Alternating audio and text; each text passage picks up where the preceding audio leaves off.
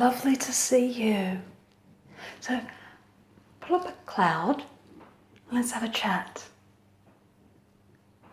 What do you mean about wings? Oh, sweetie, you're thinking so corporeally. There's no need for wings. No need for a lot of things. Anyway, I am here to talk to you about Voltaire's concept that perfection is the enemy of good. Now, before we start, make sure that you subscribe and you hit the bell notification and that you like this video so that it goes out there and helps so many people. Anyway, perfection is the enemy of good. There are many, many ways that perfection can be the enemy of good. But for our purposes, we're going to talk about two ways that perfection is the enemy of good.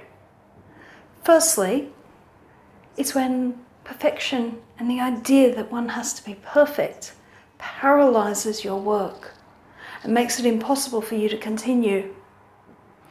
This is often something that's faced by people who feel that they need to be right the first time.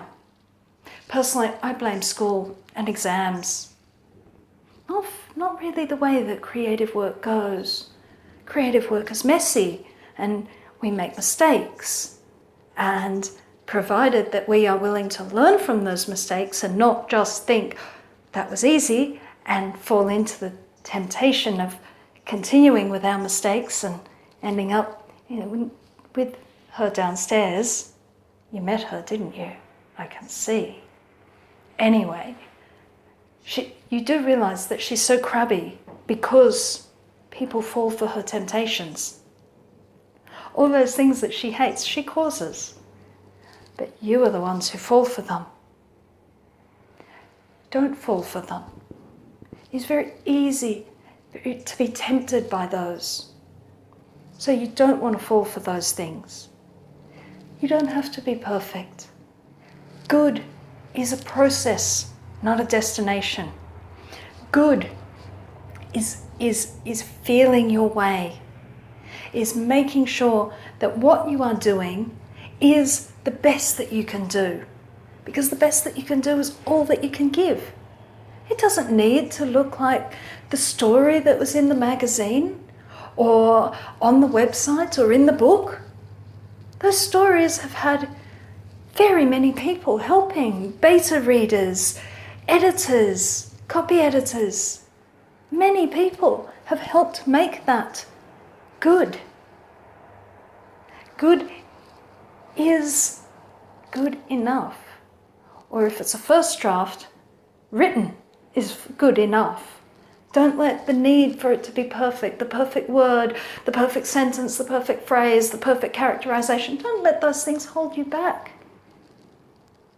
These are things that you work on and develop over time. No one writes dictation from God, because God doesn't give dictation.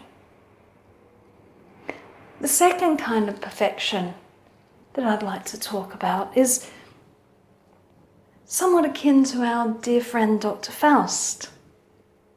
So, Dr. Faust, if you don't know the story, was a professor or a doctor who felt that he had reached the absolute pinnacle of knowledge, that there was nothing more to learn in the physical sciences, in metaphysics, in theology, in philosophy, in anything. And thus he turned to magic and called up Mephistopheles. And Mephistopheles doesn't give things away very cheaply. We all know what it cost Faust to call up Mephistopheles, and his belief that if he had shown the slightest bit of humility, he would have been well aware that he did not know everything. In fact, the fact that he called up Mephistopheles proved to everyone that he knew very little, which is sad, really, because he did have talent. But anyway, he's downstairs too. Perfection, in a Faustian sense, is when we pretend that we know everything to protect our ego. Because no one wants to admit that they don't know everything. It's not possible to know everything. No one wants to spend months, years even, writing something that they've never shown anyone, only to find that when people read it, they have a hard time reading it. So these people close themselves off. They do not wish to admit that their technical skills are lacking, and they put all the blame onto the reader. It's your fault. You don't know what I'm trying to do. And so you see a great many of these perfect works by perfect writers out there in the world of self-publishing. It's sad, really, because some of them have the potential to be good. Good. A little humility, a little ability to say, I don't know everything. I need help. Seems beyond them, and thus their books, their great mind child, sits, languishes without readers. Good comes from a generosity of heart. It comes from thinking about who is going to read my book. Who am I writing for? Why am I writing this? What are they going to enjoy? Generosity at every stage. Understanding I don't know everything. That yes, I created this, but I'm too close to it. I can't see it anymore.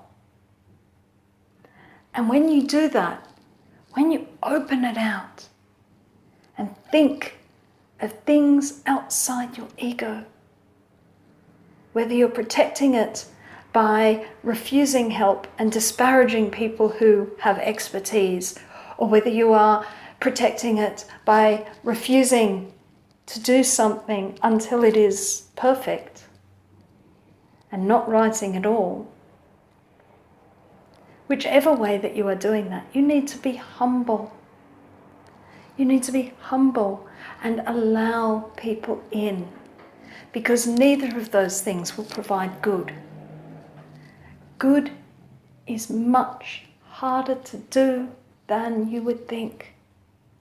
It's not just technique, it's attitude. However, if you do need some help with your technique, the devil's sale is still in force, and to be honest, it is a very good deal. So I would advise you, in the name of good writing, to check out the Black Cockie Press Devil in the Detail sale. The devil, actually, she would like you to write well, because all those bad things are her temptations, and you fell for them. That's what makes her so annoyed, because she's waiting for people to stop falling for them. There is no such thing as perfection. There is good. And I'm going to leave you with that. So, goodbye.